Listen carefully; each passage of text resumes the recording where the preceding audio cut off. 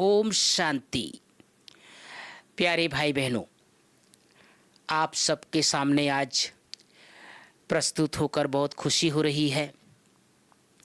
मुझे खास कहा गया है कि हमारे जो नॉर्थ गुवाहाटी सेवा केंद्र है, ये अपने 16 साल पूर्ण कर लिए। अर्थात इनकी जो आयु है, सेवा केंद्र की आयु, वह 16 साल का हो गया। अर्थात ये सेंटर हमारा बाबा का 16 साल का हो गया। तो मैं सुनाते सुनाते बहुत मन में प्रसन्नता आ रही थी और ये भी सोच रहा था कि जब 16 साल के हो गए तो जो भी भाई बहन जो शुरू से जुड़े हैं, नॉर्थ गुवाहाटी जो सेंटर खुला हमारी परम आदरणीय राजयोगिनी प्रातः स्मरणी शीला दीदी जी के द्वारा, तो उस समय से जो भी भाई बहन निकले हैं शुरुआत से, उनका भी जीवन सेंटर के साथ साथ आध्यात्मिक लाइफ 16 साल की हो गई। और जो बीच में जुड़े हैं या बाद में जुड़े हैं, वह भी अपने अपने आध्यात्मिक यात्रा को अच्छी तरह से चला रहे होंगे। तो 16 साल हो गया, इसलिए सभी को 16 कला संपूर्ण बनना ही है।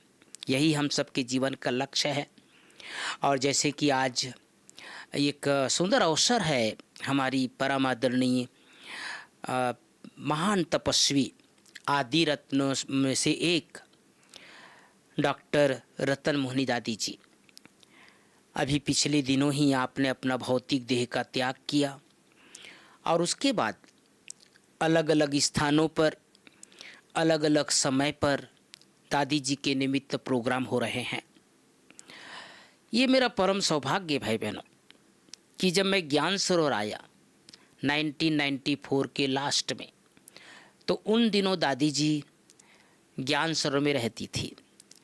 और बड़ी दादी जब भी कहता हूँ तो समझो दादी प्रकाश मणि। तो दादी प्रकाश मणि जी ने ज्ञान सरोवर में रतन मोहनी दादी जी को और दादी चंद्रमणि को, दोनों दादी को यहाँ के निमित्त बनाया था संभालने के लिए। तो जो नए नए भाई यहाँ पर जो समर्पित हो रहे थे, एक साथ लगभग 150-200 भाई एक साथ समर्पित हुए। और दादी जी ने, बड़ी दादी जी ने उन दिनों सूर्य भाई जी को और दादी रतन मोहनी जी को ये जिम्मेदारी सौंपी थी कि जो भी यहाँ समर्पित होंगे, उनका बैकग्राउंड, उनका ज्ञान योग, वो कहाँ से हैं, कितना सेवा कर सकते हैं, वो सारा रूपरेखा तैयार करने के लिए दादी जी ने दोनों को निमित्त बनाया था। और दादी जो रतन मोहनी जी थी, वो तो बहुत कई चीज़ों में आप सबको पता है, वो टीचरों की टीचर थी। तो बहुत ज़्यादा इंक्वायरी करती थी, पूछती थी कि आपके घर में कोई प्रॉब्लम तो नहीं होगी, आपका फास्ट लाइफ कैसा रहा है, ज्ञान योग की पराकाष्ठा कितनी रहती है।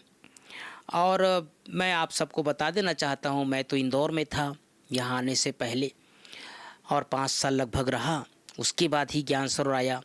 तो जैसे ही दादी जी को पता चला कि ये पहले से ही वहाँ सेंटर पर रहा है और उसमें भी ओम प्रकाश भाई जी के पास, तो दादी जी को एकदम किसी प्रकार की कोई ऐसा मन में दुविधा नहीं थी कि इसको रखना है कि नहीं रखना है।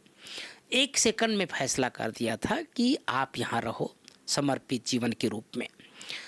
तो ये शुरुआती दिनों की हमारी दादी जी के साथ मधुर मिलन कहो या मुलाकात कहो। उसके बाद तो दादी जी से कई बार मिलना होता था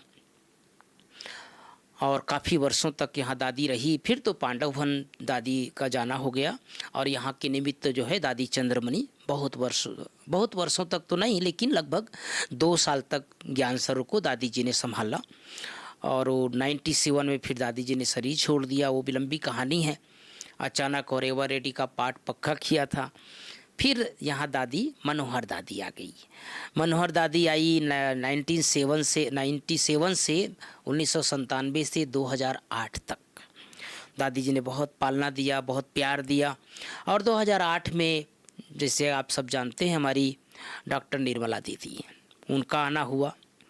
और उसके बाद फिर दीदी के बाद जो है अभी सुदेश दीदी आ गई है।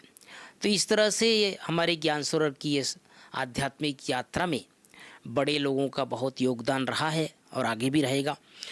लेकिन मैं आप सबको आज बता देना चाहता हूं कि हम सब एक नए परिवर्तन के दौर से गुजर रहे हैं।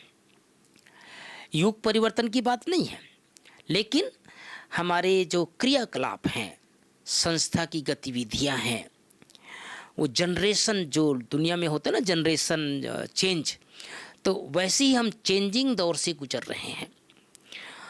ज़रा थोड़ा सा हम पीछे हट के देखते हैं, अपने यज्ञ के इतिहास को देखते हैं, तो वो दिन जब साकार में ब्रह्मा बाबा जी थे, ब्रह्मा बाबा यज्ञ की स्थापना के निमित्त बने। आदि देव पिता श्री ब्रह्मा बाबा के साथ साथ प्यारी मम्मा, एक विश्व के आदि देव, आदि देवी, आधार स्तंभ, यूं कहें कि सृष्टि के रचयिता है ना। कहते हैं ना, संसार का जो रचनाकार है वो शिव बाबा को नहीं बोलते, ब्रह्मा कहते हैं। ब्रह्मा ने सृष्टि रची, शिव बाबा ने सृष्टि रची नहीं, ब्रह्मा ने सृष्टि रची है ना। तो आज सुबह की मुरली में, मतलब शनिवार की मुरली में हम सब ने सुना कि छोटे बाबा बड़े बाबा, बहुत सुंदर बात लग रहा था ना सुनते सुनते। छोटे बाबा कौन है? ब्रह्मा बाबा हैं। बड़े बाबा शिव बाबा। तो दोनों बाबा मिल करके सृष्टि रचे, साथ में मम्मा जी मातेश्वरी, और उनके साथ साथ पूरा यज्ञ के आदि रत्न, सारी हमारी दादियाँ उस समय की, कोई 12 साल के, तो 13 साल के, कोई 9 साल के। गुलजार दादी जी आप सब जानते हैं 9 साल की उम्र में आ गई थी। ऐसे ही 10-11 साल की उम्र में हमारी दादी जी आ गई थी, रतनमणि दादी जी। तो ये सारी जो आदि रत्नों का दौर वो चला अब तक, इस वर्ष तक। अब ऐसा कहने में आ रहा है कि हमारे जो सीध हैदराबाद से जो दादियों का ग्रुप आया था, वो ग्रुप लगभग अब समझो अब सभी प्रस्थान कर गए वतन की ओर। फिर एक नया दौर, दीदियों का दौर, जिसे हम प्यार से हमारी भारत के आदि रत्न कह सकते हैं। भारत में जब संस्था प्रारंभ हुई, उसके बाद से आदि रत्न। मैं एक आप सबको एक गुप्त बात सुना देना चाहता हूँ। ज्ञान सरोवर की हम सब का ये परम सौभाग्य है कि वर्तमान समय जो ज्ञान सरोवर की संचालिका है सुदेश दीदी, बहुत कम भाई बहनों को पता होगा, भाई बहनों शायद जूली बहन को पता है कि नहीं पता, मुझे पता नहीं, लेकिन ये जो सुदेश दीदी जी है, ये भारत की प्रथम ब्रह्मा कुमारी है। भारत में जब सेवा प्रारंभ हुई 1952 में, जब ब्रह्मा बाबा ने दादियों को भेजा सेवा के लिए, तो उस समय बहुत सारी कुमारियां निकली थी, लेकिन उन कुमारियों में से भी, भले वर्तमान समय हमारी जो मुख्य प्रशासिका बनी है मोहिनी दीदी, वो भी उन्हीं दिनों निकल गई थी, जयंती दीदी भी निकल गई थी, ज्ञान में सब आ गए थे, और भी बहुत सारी दीदियां लोग, पुराने लोग सब आ गए थे। लेकिन विधिवत समर्पित, विधिवत बाबा के यज्ञ में समर्पण होने वाली भारत की पहली कुमारी सो ब्रह्मा कुमारी, ये सुदेश दीदी बनी है ना। मैंने पिछले बार जब स्पार्क विंग का मीटिंग चल रहा था और उसमें इंटरव्यू लिया था, तो दीदी के बारे में मैंने बताया हुआ था। तो ये भी हमारा परम सौभाग्य है कि जो भारत के आदि रत्न दीदियाँ, उनका एक कार्यभार अब यज्ञ में चल रहा है। जैसे ब्रह्मा बाबा ने दादियों को अपना एक एनर्जी ट्रांसफ़र करके दिया, दादियों ने दीदियों को दिया। यही हमारे यज्ञ की शोभा है भाई बहनों, कि विवेकानंद सोचते रह गए हैं, स्वामी विवेकानंद सोचते रह गए कि मेरे जैसे 100 कुमार अगर निकल जाए, 100 युवा निकल जाए, तो मैं भारत को स्वर्ग बना दूं, लेकिन वो नहीं निकाल पाए। लेकिन हमारे यज्ञ की शोभा है कि एक से एक महारथी, एक से एक विद्वान, एक से एक योगी बाबा की यज्ञ में विद्वान है, और उसके कारण से यज्ञ जो है निर्विघ्न रूप से और सुचारू रूप से चल रहा है। तो आप सबको आज के सुंदर दिवस की, दादी जी के निमित्त ब्रह्मा भोजन, भोग और अनेक प्रकार के जो कार्यक्रम हो रहे हैं नॉर्थ गुवाहाटी सेंटर पर, उसके लिए बहुत बहुत शुभकामनाएं, बधाई। मैं जब भी गुवाहाटी को याद करता हूं तो मुझे वो दिन याद आते हैं 2006 का, जब मैं पदयात्रा किया था ईटानगर से गुवाहाटी, और मुझे इतना याद नहीं है कि नॉर्थ गुवाहाटी में गया था कि नहीं गया था, लेकिन हमारे साथ जूली बहन थी और उसी समय से परिचित थी। तो ये भी बाबा का एक प्रकार से ड्रामा में पार्ट हम सब का रहता है कि कौन सी आत्मा के साथ कब परिचय हो जाए। हमारा ये बिछड़ा हुआ परिवार है जो अनेक स्थानों से निकल कर के एक सुंदर फुलवारी में हम सब आ गए हैं। आज मुझे 2-3 विषय दिया गया है जिस पर मैं थोड़ी थोड़ी आप सबके साथ चर्चा करूंगा। जैसे मुझे बताया गया कि विधि से सिद्धि, ये सुंदर विषय है। चाहे तो हम इसके ऊपर बहुत लंबी चौड़ी क्लास भी करा सकते हैं, अनुभव भी कर सकते हैं, लेकिन मैं सार रूप में बताऊंगा कि बाबा के बनने के बाद हम सबको हर चीज़ की विधि बाबा ने बताई है, और जब तक हम किसी भी चीज़ को विधि पूर्वक नहीं करेंगे तब तक सिद्धि प्राप्त नहीं हो सकता। हम सब जो बाबा के बच्चे हैं वो सिद्धस्थ आत्माएं हैं। हमारे बोल सिद्ध होंगे, हमारे संकल्प सिद्ध होंगे, हमारे दृष्टि सिद्ध होंगे। ये साधारण बात नहीं भाई बहनों। जैसे जैसे हमारी साधना बढ़ती जाएगी तो सिद्धि का जो आधार है वो साधना है। ज्ञान में आने के बाद हमारे जैसे 4 विषय होते हैं, ज्ञान, योग, धारणा और सेवा। उसमें जो सबसे प्रमुख विषय है वह है साधना अर्थात योग। जितने भी महापुरुष बाबा के यज्ञ में हुए सभी ने अपने जीवन की यात्रा में योग को बहुत महत्व दिए। और जैसे कि हमारा टॉपिक है विधि से सिद्धि, जब तक हम कोई भी कर्म विधि पूर्वक नहीं करेंगे, चाहे हमारा अमृत बेला योग है, चाहे मुरली क्लास है, चाहे कर्मना सेवा है, चाहे रात्रि का सोने के पहले का योग है, बाबा ने हर कर्म के लिए कुछ न कुछ विधि बताई है। जैसे मुझे कहने में संकोच नहीं हो रहा है कि कई भाई बहनें अमृत बेला उठ तो जाते हैं, लेकिन अमृत बेला उठने के बाद जो विधि पूर्वक योग होना चाहिए वो विधि पूर्वक नहीं कर पाते। सिर्फ अपने आप को हम खुश कर लेते हैं कि आज मैंने अमृत बेला योग कर लिया, मैं तो आप 3:30 बजे उठ गया था, आज तो मैं 4 बजे उठ गया था। लेकिन बाबा ने बताया है कि उठ करके करना क्या है, उसकी भी विधि है। तो जो भी भाई बहन इस क्लास को सुन रहे हैं, न सिर्फ नॉर्थ गुवाहाटी के निमित्त तो ये क्लास है, लेकिन वैसे भी जो भी भाई बहन सुनेंगे, मैं हमेशा बताया करता हूँ कि सुबह उठते ही, आँख खुलते ही अपने आँखों के सामने बाबा और मम्मा को ले आए। कल से करना, कल सोमवार है, सुबह उठते ही करना। आँखों के सामने माता पिता का प्यार। अब तक हमने लौकिक में देहधारियों को याद करते आए, गुरुओं को याद करते आए, अपने सगे संबंधियों को याद करते आए। अब हमें क्या करना है? प्यारे बाबा को याद करना है, माता पिता को। देखिए भाई बहनों, दुनिया में भी कोई अगर अपने लौकिक माँ बाप का आज्ञाकारी होता है तो माँ बाप को कहना नहीं पड़ता, उनकी दुआएं उनको मिलती है, स्वतः मिलती है। दुआएं अर्थात लौकिक शब्दों में कह सकते हैं उनका आशीर्वाद मिलती है, उनकी कृपा मिलती है।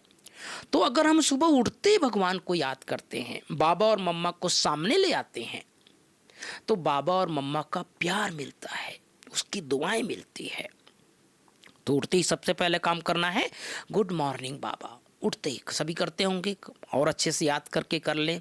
उठते ही गुड मॉर्निंग करो, और गुड मॉर्निंग फॉर्मेलिटी नहीं, गुड मॉर्निंग बहुत प्यार से, बहुत स्नेहपूर्वक, गुड मॉर्निंग बाबा, गुड मॉर्निंग मम्मा। तो माता पिता को आंखों के सामने ले आए। उसके बाद बाबा और मम्मा को अपने सामने लाने के बाद दृष्टि ले, अपने आंखों में शक्ति भर लें, मन को बहुत फ्रेश कर ले।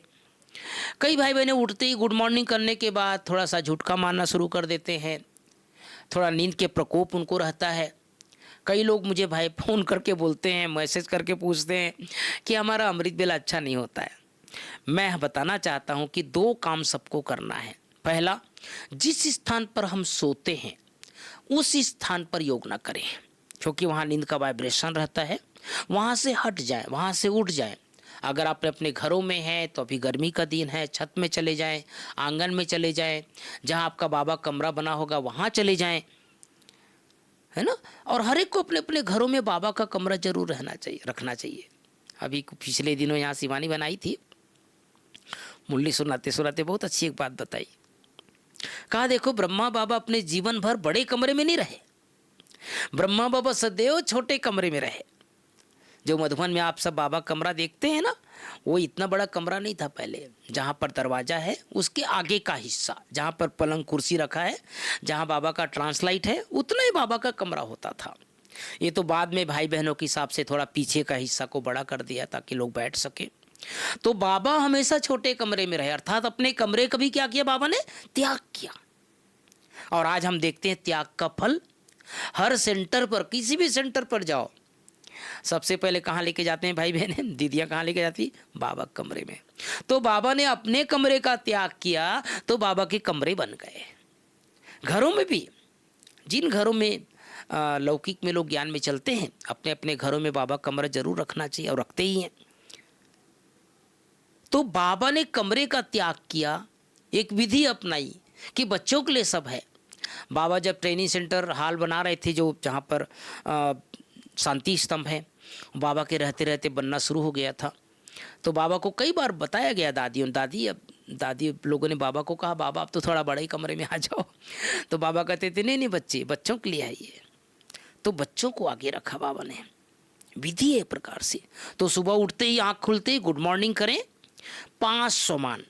मैं हमेशा कहता हूँ भाई बहनों को, बिना सोमान के आपके जीवन की शुरुआत नहीं होनी चाहिए, बिना सोमान के। पहला, मैं एक महान आत्मा हूँ। दूसरा, मैं पूर्वज आत्मा हूँ। तीसरा, मैं फरिश्ता हूँ। चौथा, मैं परम पवित्र आत्मा हूँ। और पांचवा, मैं मास्टर सर्वशक्तिवान हूँ। तो ये विधि अपनाएं। इसके अलावा अपने अपने घरों में बाबा को 5 बार बुलाएं, आ जाओ बाबा, आपका घर है ये जो संकल्प है ना, ये साधारण संकल्प नहीं है, आगे चल कर के बहुत काम आएगा ये। जिसे बाबा कहते हैं बच्चे निमित्त बन जाओ। ये घर भी बाबा का, बच्चे भी बाबा के, जो भी धन संपत्ति, मैं खुद बाबा का। इस तरह के भाव हमारे अंदर जागना जरूरी है। फिर जैसे कि आज आप देख रहे हैं बाबा को भोग लगने वाला है, भोग की भी विधि है। मुझे याद आ गया, कभी एक आध बार और क्लास कराएंगे भोग के ऊपर, लेकिन आप सबको मैं हिस्ट्री की बात सुना देना चाहता हूँ। एक, जब तक साकार में मम्मा थी, जगदम्बा सरस्वती, 1965 तक, तब तक मम्मा अपने हाथों से भोग बनाती थी। और उसमें सेंटर तो बहुत थोड़े होते थे, पूरे भारत में करीब 40-50 सेंटर होते थे। और मम्मा के हाथों से बना हुआ भोग बाई पोस्ट सेंटर पर जाता था। ये मुझे एक महारथी भाई ने बताया था। और एक छोटी सी घटना उसने सुनाया था, बड़े भाई जी ने। वर्तमान समय हमारे बीच वो नहीं है, शरीर छोड़ चुके हैं। लेकिन जब वो साकार में थे, अपनी स्टूडेंट लाइफ में थे, और उसी समय बाबा का ज्ञान मिला था। बाबा का ज्ञान मिला था तो वो पढ़ाई भी करते थे, साथ साथ सर्विस भी करते थे, और साथ साथ सेंटर भी चलाते थे। शुरुआत में जैसे आप सब जानते हैं कि सभी जगह दीदियाँ तो नहीं रहती थी, कई जगह भाई लोग भी रह करके अपने अपने सेंटर चलाते थे। साकार बाबा के समय से भी चलता आया है। लेकिन मम्मा के हाथ से बनाया हुआ भोग पोस्ट से हर सेंटर पर जाता था। तो एक छोटी सी घटना मुझे सुनाया था बड़े भाई जी ने। क्या वो कोर्स करा रहे थे, एक भाई बैठा था, कोर्स कर रहे थे, उसी समय पोस्ट से भोग आया। तीसरे दिन का कोर्स था। अब पोस्ट आया तो उनको, तो जो कोर्स कराने वाले भाई जी थे, उनको बहुत खुशी हो रही थी कि मम्मा के बनाया हुआ हाथ का भोग हमारे पास आ गया। अब वो जो कोर्स कर रहे थे उसका ध्यान कोर्स में न लग करके वो बार बार जो पोस्ट आया था उसके ऊपर ध्यान जा रहा था। और वो बार बार पूछने लगे कि इसमें क्या है, इसमें क्या है। तो जो भाई जी ने कहा कि कोर्स कराने वाले भाई जी ने कहा, नहीं आपका काम का नहीं है ये, आप जो कोर्स कर रहे हो उसके ऊपर ध्यान दो। लेकिन जब हम किसी चीज़ को मना करते हैं ना, तो उसके ऊपर ध्यान और ज़्यादा जाता है। वो बार बार और पूछने लगे। जब बार बार पूछने लगे तो भाई जी ने बोल दिया कि भाई ऐसा है, माउंट आबू से हमारी मम्मा जगदम्बा सरस्वती अपने हाथ से भोग बना करके भेजी है। तो उसकी उत्कंठा और बढ़ गई। कहा अच्छा, माउंट आबू से जगदम्बा सरस्वती अपने हाथ से भोग बना के भेजी है। तो उसने कहा कि हम देख सकते हैं इसको। तो भाई साहब ने कहा कि नहीं नहीं नहीं, आपके लिए नहीं है ये। तो बोले किसके लिए है ये? बोले रोज जो क्लास करते हैं, जो रेगुलर यहाँ पर स्टूडेंट है, जो कुछ सालों से क्लास रोज मुरली क्लास करते हैं, योग करते हैं, जिनकी धारणा है, उनके लिए है ये।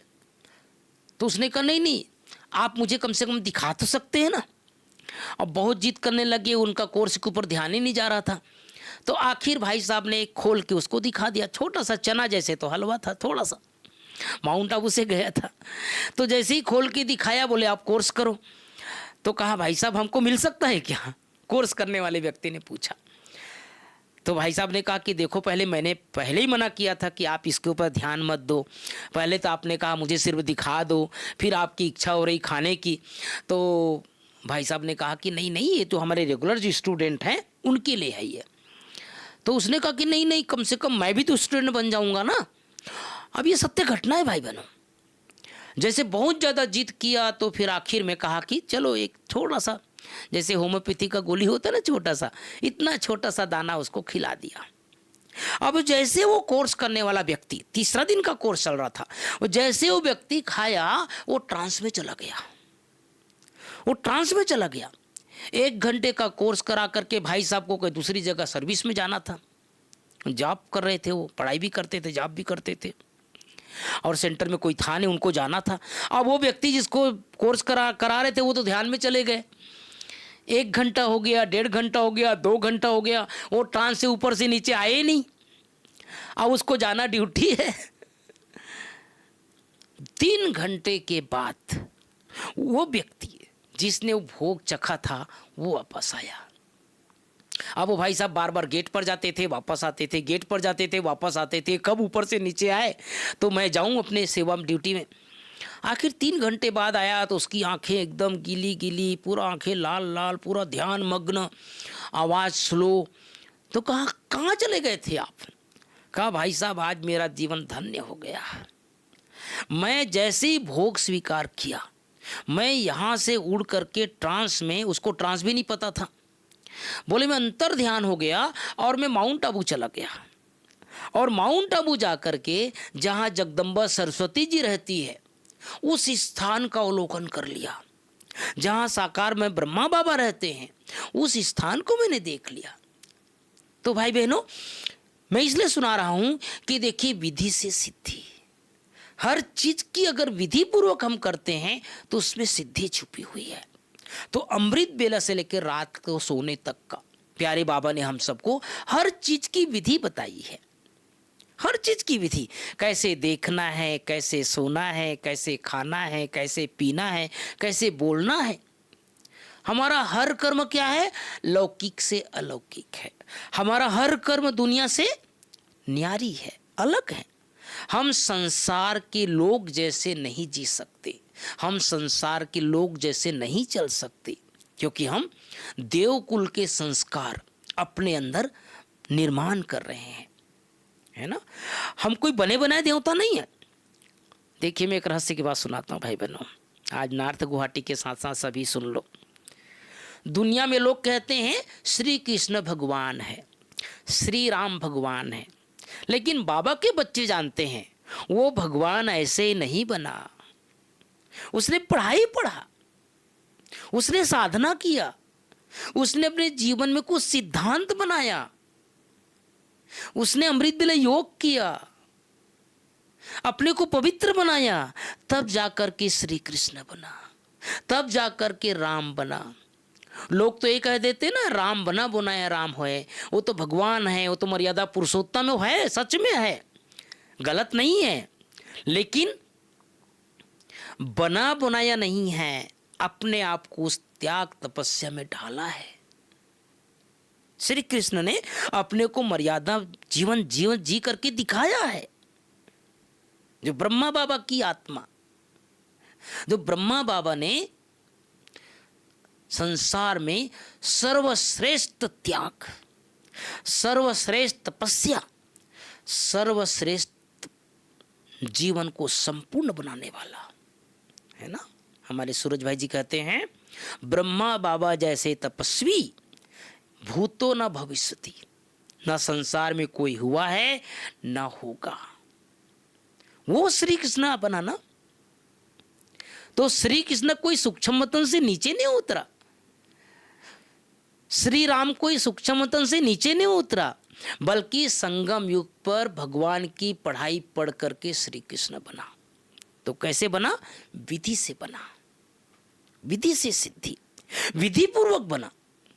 इसलिए हम सबको हर चीज की विधि है। तो सुबह से मैं सुना रहा था, सुबह उठते ही आँख खुलते ही मम्मा और बाबा को सामने लाएं, उसके बाद 500 मान का अभ्यास, फिर प्यारे बाबा को अपने अपने घरों में निमंत्रण दे, घरों में चक्कर लगाएं, निमित्त भाव। फिर इसके बाद जैसे आप मुरली क्लास में आते हैं, आजकल मुरली क्लास में भी एक बड़ी माया है। कई लोग यूट्यूब में मुरली सुन लेते हैं, टीवी में सुन लेते हैं, फिर क्लास में नहीं आ पाते हैं। बहुत सी दीदियों का फ़ोन आता है, हमारे यहाँ क्लास थोड़ी कम हो गई है, गुरुवार को आते हैं या ब्रह्मा भोजन के दिन आते हैं या केवल संडे को आते हैं या प्रोग्राम के दिन आते हैं। लेकिन जो ये भी विधि नहीं है। विधि अर्थात रोज पढ़ना। सच्चे स्टूडेंट की निशानी क्या है? गॉडली स्टूडेंट है ना हम सब। रोज पढ़ना, बाबा के घर में आकर के पढ़ना। ये पढ़ाई चारों युगों में नहीं होगी, केवल एक युग में, केवल संगम युग पर हम भगवान से पढ़ाई पढ़ते हैं। तो सुबह से लेकर शाम तक की विधि, पढ़ाई भी विधिवत। आज भी हम तो देखते हैं हमारे महारथियों को डायरी पेन लेकर के क्लास में जाकर बैठते हैं। हम दीदियों को देखते हैं 10 मिनट पहले आकर के योग कराने बैठ जाते हैं। आज भी वो संस्कार बना हुआ है ना।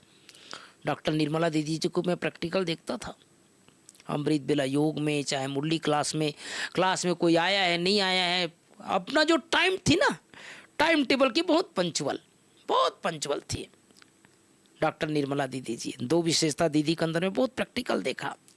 एक, दीदी बहुत पंचुअल रेगुलर थी, तबीयत खराब होती थी तो भी अमृत बेला उठ के बैठती थी। और दूसरा, दीदी के अंदर विशेषता थी, कोई भी चीज को वेस्ट नहीं करती थी, हर चीज को सफल करना। भगवान के यज्ञ का है। मैं तो वंडर खाया जब वो भाई, दीदी के जो खाना ले जाने वाला भाई है, उनकी गाड़ी चलाते हैं और खाना भी वही डाइनिंग से लेकर के जाते थे। मैं एक दिन अचानक पूछा कि आप भोजन लेके टिफिन में लेके जाते हो, कभी बच जाता होगा, तो दीदी क्या करती है? सीखने की बात है भाई बहनों। उसने कहा, दीदी कोई भी चीज़ फेंकती नहीं है, वेस्ट नहीं करती है। अगर नाश्ता का आइटम कोई चीज़ बच गया तो वो दोपहर को खाती है, अगर दोपहर को बच गया तो शाम को खाती है, लेकिन वेस्ट नहीं करती। कितनी बड़ी बात है। आदि रत्नों में से एक, लेकिन इतना ध्यान रखती थी कि कोई भी यज्ञ का कना दाना वेस्ट ना हो। हम लोग मधुबन आते हैं, भाई बहने आते हैं, बहुत भंडारा भरपूर है, देखते बहुत है यहाँ तो कई बार हम भोजन ज़्यादा ले लेते हैं, नहीं खा पाते, फेंक भी देते हैं। अरे बचता तो है, ऐसे भी बोल देते हैं, लेकिन ये सूक्ष्म बोझ चढ़ जाता है। तो भोजन करते समय भी प्यारे बाबा को सामने लाएं, बाबा को सामने देख करके बाबा को भोजन स्वीकार करके खाना है। पानी पीना है दृष्टि देकर 10 सेकंड। ये सब अंत में बहुत काम आएगा भाई बहनों। हम जो विधि अपनाते हैं ना, ये विधि बहुत काम आएगा। विधि से सिद्धि मिलेगी, क्योंकि हम एक परिवर्तन के दौर से गुजर रहे हैं।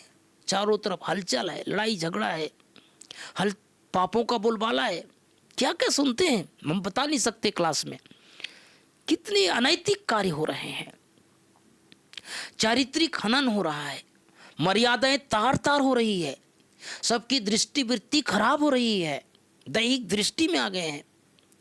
छोटे बड़े का रिश्ता नाता सब बचा नहीं अभी। इसलिए हम सब जो भगवान के बच्चे हैं, हमारे ऊपर बहुत रेस्पॉन्सिबिलिटी है। एक एक बच्चों के ऊपर बहुत जिम्मेदारी है कि हम संसार के लिए एक आदर्श बने, जैसे ब्रह्मा बाबा बने, जैसे मम्मा बनी, जैसे दादियाँ बनी, जैसे दीदियाँ हैं। एक एक स्टूडेंट, बाबा का एक एक स्टूडेंट भगवान को प्रत्यक्ष करने के निमित्त है। तो जब भी आप अपने कारोबार में जाएं, चाहे ड्यूटी में जाएं, चाहे सेवा में जाएं, अपने ऊपर नज़र रखना है। अब कोई किसी को शिक्षा देने का समय नहीं है। अपना टीचर स्वयं बनना है, अपना शिक्षक स्वयं बनना है। ज्ञान की कमी नहीं है, आजकल तो यूट्यूब में, गूगल में इतना ज्ञान भरपूर है ना, ज्ञान की कमी नहीं है। अब ज्ञान को प्रैक्टिकल जीवन में उतारने की जरूरत है, ज्ञान युक्त जीवन जीने की जरूरत है ना। इसलिए मोबाइल में कितनी माया होती है, लेकिन हमको मोबाइल से भी सावधान रहना है, सावधान रहना है। बहुत गंदगी है उसमें ना, बहुत गलत गलत चीज़ें हैं। कई लोग मुझे फ़ोन करके बोलते हैं, जब से हमारे पास ये मोबाइल आया, व्हाट्सएप आया, यूट्यूब आया, हमारी स्थिति बिगड़ गई है। कई लोगों ने अपना मोबाइल से केवल छोटा मोबाइल यूज़ करना शुरू कर दिया, केवल कॉलिंग के लिए, फ़ोन के लिए। सब सिस्टम बंद कर दिया, फेसबुक बंद कर दिया, यूट्यूब बंद कर दिया, कई चीज़ें बंद कर दिया। इससे टाइम वेस्ट होता था और स्थिति परिस्थिति के अनुसार ढलने लग गया था। तो पहली बात, हर चीज़ की विधि। रात को सोने से पहले सबको 2 काम जरूर करना है। मैं हमेशा बताया करता हूँ, जब भी आपका ग्रुप यहाँ पर आता है तो भी मिलते हैं तो भी बताता हूँ। पहला, दिन भर का चार्ट बाबा को सुनाएं। दिन भर का चार्ट, जो हुआ, जैसा हुआ, सब कुछ। आज भी बाबा ने, अव्यक्त बाबा ने हम सबको बहुत सुंदर शिक्षा दिया हुआ है। उन शिक्षाओं को भी धारण करना है। हर संडे को जब अव्यक्त बाबा की मुरली चलती है, उसको कम से कम 3 बार पढ़ें। 3 बार पढ़ करके उन पॉइंटों को एक छोटा सा अलग से अपने लिए एक होमवर्क निकालें, अपने को दिखाएं आज बाबा ने क्या बोला, है ना। फिर रात को सोने से पहले 2 काम, जैसे मैं बता रहा था, सारे दिन की दिनचर्या को बाबा को सुना करके हल्के होकर के सोएं। और दूसरा, हर एक को करना है, हर व्यक्ति को करना है, वो है हाथ जोड़कर संसार की आत्माओं से माफी मांगनी है और माफ करनी है। क्योंकि न जाने हमारी आत्मा का हिसाब किताब कब, कहां, किसके साथ है, कौन से जन्म का हिसाब किताब हमारे साथ आ जाए, कुछ पता नहीं है। अभी 10-12 दिन पहले की एक घटना है। छत्तीसगढ़ का एक कुमार पूना में मेडिकल की पढ़ाई पढ़ रहे थे, बस डॉक्टर बनने वाले थे। 6 महीने के बाद पढ़ाई पूरी होने वाली थी। सुबह सुबह मुरली क्लास में जा रहे थे बाइक में, और सामने एक रेड लाइट आई, वहाँ गाड़ी थोड़ा स्लो किया, फिर गाड़ी चल पड़ी। एक्टिवा में थे। फिर पीछे से एक टैंकर की गाड़ी आई, उसके चक्के के नीचे आ गया। ये पीछे का हिस्सा उसके चक्के के ऊपर से निकल गया। ऑन दी स्पॉट शरीर छोड़ दिया। बहुत दुख हुआ सबको। अभी ज़्यादा उम्र भी नहीं, 28 साल था। एक सपना था उनके अंदर कि मैं डॉक्टर बनूंगा, और वहाँ की दीदियों को भी बोला था, दीदी आप लोग चिंता मत करो, मैं तो बहुत सेवा करूंगा यहाँ पर, अब सब मेडिकल वालों की सेवा करूंगा, शहर की सेवा करूंगा। लेकिन कहते हैं ना, कभी कभी भाग्य में कुछ और लिखा रहता है, घटना कुछ और होने वाली होती है। बाबा का संदेश आया अभी गुरुवार को आया, आज रविवार है, भी 3 दिन पहले संदेश आया। बाबा ने कहा उस बच्चे का स्थिति बहुत अच्छा था, जब यह घटना घटी तब उसने मेरा बाबा बोला, और बाबा प्यार से वतन में ले गए। बाबा ने भोग खिलाया, और बाबा ने कहा इस बच्चे का उस स्थान के साथ, उस ट्रक के साथ हिसाब किताब था, कड़ा हिसाब किताब। तो हर आत्मा का कब किसके साथ क्या हिसाब किताब है कुछ पता नहीं है, लेकिन हमें हर चीज के लिए तैयार रहना है। मैं बीच में एक और छोटी सी घटना सुना देना चाहता हूँ। जब हमारा डायमंड हॉल बन रहा था, 94-95 की बात है, वहाँ बहुत सारे हमारे बाबा के बच्चे काम कर रहे थे, मदद कर रहे थे, सेवादारी भी थे, वर्कर भी थे, लेबर भी थे। एक महाराष्ट्र का भाई, जब वो ऊपर का जो छत का जो काम चल रहा था ना, उसमें जो बड़े बड़े एंगल लगे हुए हैं, उसमें जब काम कर रहा था, वो काम करते करते उसमें से गिर गया, और गिर करके वो शरीर छोड़ दिया। शरीर छोड़ दिया। वो बाबा का बच्चा, उनके माँ बाप बाबा के बच्चे, वो महाराष्ट्र के थे, उनके माँ बाप को बुलाया, उनको थोड़ा दुख तो होता ही, अपना बच्चा कोई शरीर छोड़ दे। शरीर छोड़ दिया, बाबा को भोग लगा करके वापस चले गए। 4 साल के बाद एक दूसरा पार्ट, यूपी में, उत्तर प्रदेश में एक स्थान है उन्नाव। अभी मैं गया था जनवरी फरवरी, वहाँ पर बड़ा सेंटर है, 7 एकड़ में फैला हुआ। वहाँ पर उसी सेंटर के बगल में एक बच्चा स्कूल जाता था, 4 साल का बच्चा, माँ बाप ज्ञान में नहीं। अब जब बच्चा स्कूल जाता था तो उसको सेंटर का झंडा दिखता था। अपने पापा को मम्मी को बार बार बोलता था, यहाँ मुझे ले चलो, मुझे यहाँ ले चलो। तो उनके माँ बाप सोचते थे कि भाई ये क्यों बोलता है बच्चा यहाँ ले चलो, ये तो कोई संस्था है, झंडा भी कुछ और लगा हुआ है, कभी गए नहीं, ब्रह्मा कुमारी का नाम नहीं सुना था। बहुत ज़्यादा जिद किया। तब एक दिन उनके माँ बाप ने उस बच्चे को लेकर के सेंटर गए। ये सत्य घटना है भाई बहनों। जैसे ही सेंटर गए तो वो बच्चा दीदी को बोलता है, दीदी ओम शांति। तो दीदी को लगता है कि शायद हो सकता है किसी सेंटर जाते होंगे, परिचित होंगे, आए होंगे। तो वो दीदी ने उनके माँ बाप से पूछा कि आप लोग ब्रह्मा कुमारी से जुड़े हो? बोले नहीं दीदी, हम ब्रह्मा कुमारी का नाम भी नहीं सुने हैं।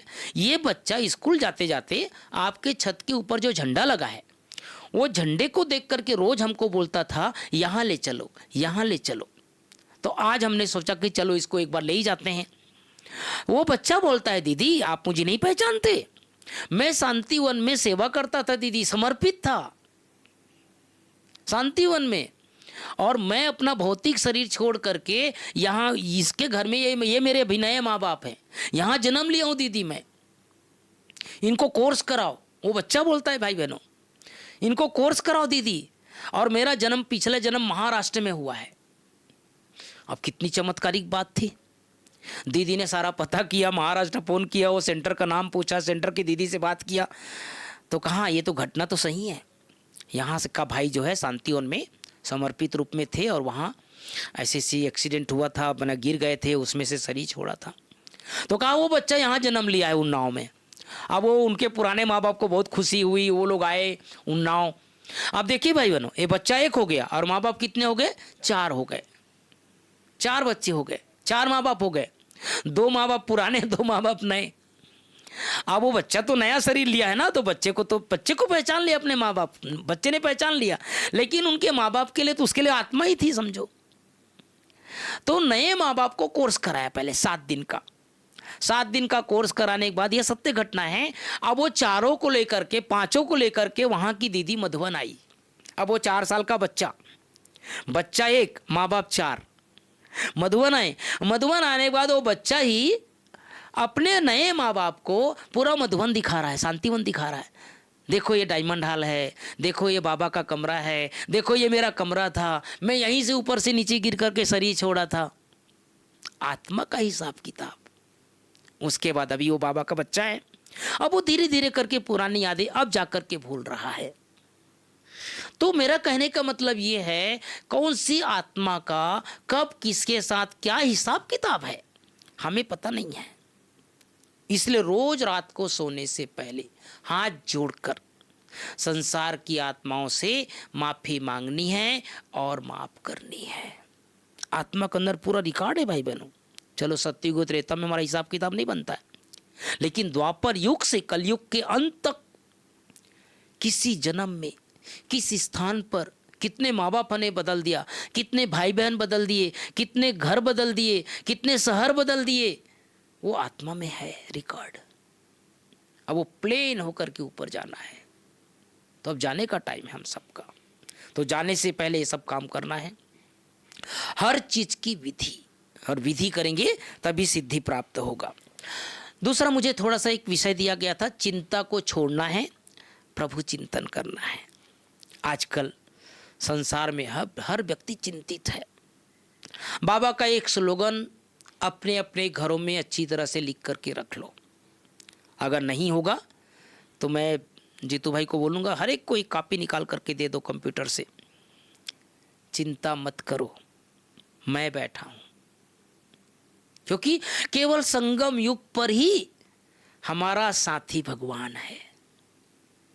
सतयुग में, त्रेता युग में भगवान हमारा साथ नहीं होगा, आत्माएं साथ होगी। इसलिए केवल संगम युग पर हर घड़ी, हर पल, हर क्षण भगवान मेरा साथी है ना। रामचरितमानस में एक छोटा सा प्रसंग आता है,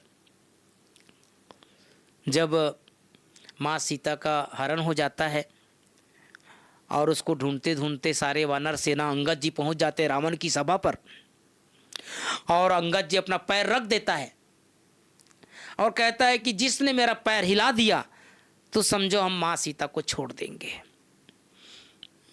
बहुत बड़ी चुनौती थी। सारे लोग अंगद का पैर हिलाते गए, लेकिन अंगद का पैर हिला नहीं। लास्ट में रावण आता है, रावण भी खूब हिलाता है, दशानन, आखिर सबकी पराजय हो जाती है। अंगद का पैर हिलता नहीं है। जब उधर से आने लगते हैं तो सारे जो उनके वानर सेना थे, सारे साथी थे, अंगद को बोलता है, भाई आज तो हमको संकट में डाल दिया था। बोले क्यों? अरे भाई हमको डर लग रहा था कि हिल जाता तो अंगद एक बहुत सुंदर बात बोलता है, कहता है मैं तो राम का नाम लेकर के पैर को रख दिया था, अगर हिलता तो मेरी जिम्मेदारी नहीं थी, राम की जिम्मेदारी थी, क्योंकि राम की सीता थे। तो भगवान का नाम लेकर के चिंता मुक्त था वो। हम सब भी संगम युग पर प्यारे बाबा को साथी बनाकर हर चीज की चिंताओं से मुक्त होकर बाबा को अपना सब कुछ अर्पित करते हैं, सब कुछ बाबा का। क्योंकि चिंता से क्या होता है, लौकिक में कहावत है ना, चिंता से चतुराई घट जाती है। निश्चिंत जीवन है ना, कल क्या होगा इसकी भी चिंता नहीं। जैसे ब्रह्मा बाबा थे, निश्चिंत। शिव बाबा बैठा है यज्ञ में, ऐसा ऐसा समय आया, बेगरी पाठ का समय आया। आप सबने हिस्ट्री सुना होगा ना, दोपहर को 10 बज गया, 11 बज गया, यज्ञ में एक दाना नहीं। भोली दादी जी थी, अभी अभी कुछ दिन पहले बाबा ने भोली दादी को याद किया था कि भंडारी शब्द बाबा यूज़ करते थे। भंडारी को कई लोग सौगात ला के दे देते हैं, तो वो कहती है कि नहीं तुम्हारी याद आएगी मेरे को क्यों दे रहे हो। तो शुरू से यज्ञ को संभाली रही है, किचन को। तो दादी गई बाबा के पास, बाबा आज तो खाने के लिए कुछ नहीं है। तो बाबा ने कहा यज्ञ उसका है, बच्चे उसके हैं, मुझे क्या चिंता, 400 भाई बहन और घर में दाना नहीं। उसी समय पोस्ट आया, पोस्ट में मनी ऑर्डर आया, उसी समय वो भाई वहाँ पोस्ट ऑफिस गए, मनी ऑर्डर से पैसा आया और सारा जो है सामान आया, टाइम पर खाना मिल गया। चिंता, हमें कल की चिंता नहीं करनी। हाँ इतना जरूर है, अपनी व्यवस्था जरूर करनी है, अपनी देखभाल जरूर करनी है ना। मुझे याद है बड़ी दादी जब थी तो बड़ी दादी सेंटरों पर एक मैसेज भेजती थी, ऐसे संकट के समय 6 महीने का भोजन का स्टॉक रखना है, 6 महीने का चावल दाल अपने पास रखना है, क्योंकि चारों तरफ हलचल हो रहा है। अब चारों तरफ एक भूमिका बन रही है, विनाश की भूमिका, हलचल हो रहा है ना। अभी आप सब सुने, कई देश वालों को नींद नहीं आ रही है, कब क्या हो जाएगा। तो यही समय है, हमारे प्रधानमंत्री जी एक सुंदर शब्द बोलते हैं, यही समय है, सही समय है। संगम युग का भी यही समय है और सही समय है। ये समय बार बार नहीं आएगा। समय हो तो बलवान, तो समय के अनुसार से अपने पुरुषार्थ को श्रेष्ठ और तीव्र बनाते चलें। तो ये 4-5 चीजों के ऊपर विशेष ध्यान रखना हम सबको। सुबह उठते ही, आँख खुलते ही मेरा बाबा, मीठा बाबा, प्यारा बाबा, ब्रह्मा बाबा मम्मा को सामने लाएं, अपने आँखों में बाबा को संभालें। 5 सम्मान का अभ्यास करें, 5 स्वरूप का अभ्यास करें। अपने जीवन को अब व्यर्थ से मुक्त करें। बहुत जी लिया हमने व्यर्थ में। यज्ञ में बहुत सारी बातें होगी, मुझे बोलना नहीं चाहिए लेकिन मैं बोल रहा हूँ। बहुत सारी बातें होगी, बहुत सारी बातें सुनने को मिलेगी। आजकल आप सब सुनते हैं ना, आप कई लोग ज्ञान छोड़ करके अलग अलग संस्था खोल करके कई अलग अलग कई छोटी छोटी बातों में प्रभावित हो रहे हैं। आकर्षण करने वाली बातें आएगी, हमें यज्ञ से छोड़ाने वाली बातें आएगी, चमत्कारिक करने वाली बातें आएगी। लेकिन एक पल एक भरोसा, एक बाबा। जो व्यक्ति अपने जीवन के साधना के पथ को अपनाए रखेगा वही लास्ट में विजयी बनेगा। तो मैं विजयी रत्न हूँ, इस संकल्प के साथ अपनी यात्रा को महान बनाते चले। हमारी शुभकामनाएं हैं सभी नॉर्थ गुवाहाटी के भाई बहनों के प्रति। आप सब स्वस्थ रहें, खुश रहें, और जो भी इस क्लास को सुन रहे हैं यूट्यूब के माध्यम से, सबके प्रति हमारी शुभकामनाएं हैं। सबके जीवन खुशहाल हो, अपने जीवन को उलझनों से मुक्त होकर, चिंता मुक्त होकर विधि पूर्वक इस आध्यात्मिक यात्रा को आगे बढ़ाते चलें। सभी को आज के सुंदर दिवस की, खास करके नॉर्थ गुवाहाटी में आज दादी जी के निमित्त प्रोग्राम चल रहा है, ब्रह्मा भोजन है, भोग है, उसको सभी प्यार से स्वीकार करें और इस क्लास के माध्यम से जो भी अच्छी बातें लगे सभी अपने जीवन में विशेष अनुभव करें। अभी हम सभी 5 मिनट विशेष योगाभ्यास करेंगे। अपने अपने स्थान पर जो भी बैठे हैं कमर सीधा करके अटेंशन से बाबा की याद में बैठे। मैं संकल्प से आप सबको, क्योंकि मधुबन से क्लास करा रहे हैं तो संकल्प से 4 धाम की यात्रा कराता हूँ आप सब, है ना। अटेंशन से सभी बैठ जाएं। ओम शांति। सब संकल्प शांत कर ले।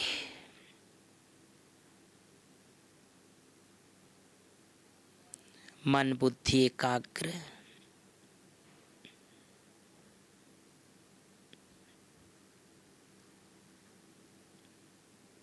चमकीली फरिश्ता ड्रेस धारण कर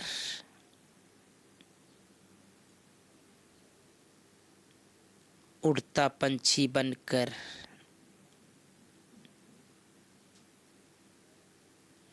पहुंच जाएं पांडव भवन के प्रांगण में। सभी पहुंच जाएं मधुबन। शांत वातावरण,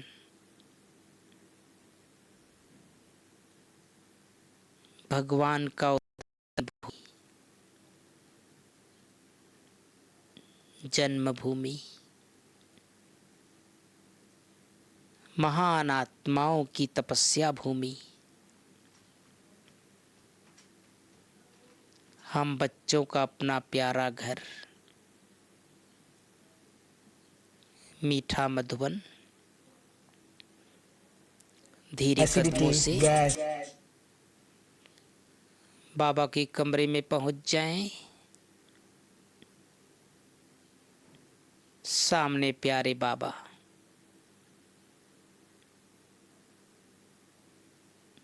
ब्रह्मा बाबा। साकार में बाबा को देखें। बाबा अपने पलंग पर विराजमान। दृष्टि ले, रूहानी दृष्टि, शक्तिशाली दृष्टि। बाबा के समीप पहुंच जाएं। हाथ मिला ले। खुदा दोस्त मेरे सामने। प्यार से बाबा की गोद में बैठ जाएं। अंग अंग शीतल शांत। मैं भगवान के गोद में समाया हुआ छोटा बच्चा बन जाएं। बाबा अपना वरदानी हाथ मेरे सर पर रख दिए। अंग अंग शीतल शांत। पुनः बाबा से दृष्टि ले। बाबा वरदान दे रहा है, बच्चे बाप समान भाव। बाबा के कमरे से निकलकर झोपड़ी में पहुंच जाएं। बाबा पत्र लिख रहे हैं। बाबा से मीठी मीठी बातें करें। मीठे बाबा, मैं जो हूं जैसा हूं आपका हूं, आपका ही रहूंगा। बाबा भी कह रहे हैं बच्चे तुम मेरे हो, सदा मेरे ही रहना, सारी चिंताएं, सारा बोझ बाबा को दे दें, बेफिक्र बादशाह बन जाएं। बाबा से पुनः दृष्टि लें। बाबा वरदान दे रहा है बच्चे स्नेह स्वरूप भव। बाबा की झोपड़ी से निकलकर पहुंच जाएं हिस्ट्री हॉल। सामने बाबा और मम्मा दोनों से दृष्टि ले। जीवन के सारे व्यर्थ समाप्त हो गए। आदि देव आदि देवी मेरी पालना कर रहे हैं। मात पिता बनकर मेरा श्रृंगार कर रहे हैं। वाह मेरा भाग्य वाह, मेरे जैसा भाग्यवान कोई नहीं। कभी बाबा की गोद में बैठ जाएं, कभी माँ के आंचल में समा जाएं। बाबा वरदान दे रहा है बच्चे समर्थात्मा भव। हिस्ट्री हॉल से निकलकर पहुंच जाएं शांति स्तंभ। 3 बार शांति स्तंभ का चक्र लगा लें। Tower of peace, tower of knowledge, tower of might, tower of purity. 1000 भुजाधारी बाबा सामने। वरदान स्वीकार करें। शक्तिशाली आत्मा भाव। बाबा को दिल में बसाकर शांति स्तंभ से उड़ता पंछी बनकर समस्त जगत में आध्यात्मिक ऊर्जा फैलाता हुआ पहुंच जाए अपने अपने स्थान पर, अपने अपने शरीर में। इस संकल्प के साथ प्रवेश हो जाएं, मैं एक महान आत्मा हूं, मैं पूर्वज आत्मा हूं, मैं फरिश्ता हूं, मैं परम पवित्र आत्मा हूं, मैं मास्टर सर्वशक्तिवान हूं। ओम शांति, ओम शांति, ओम शांति।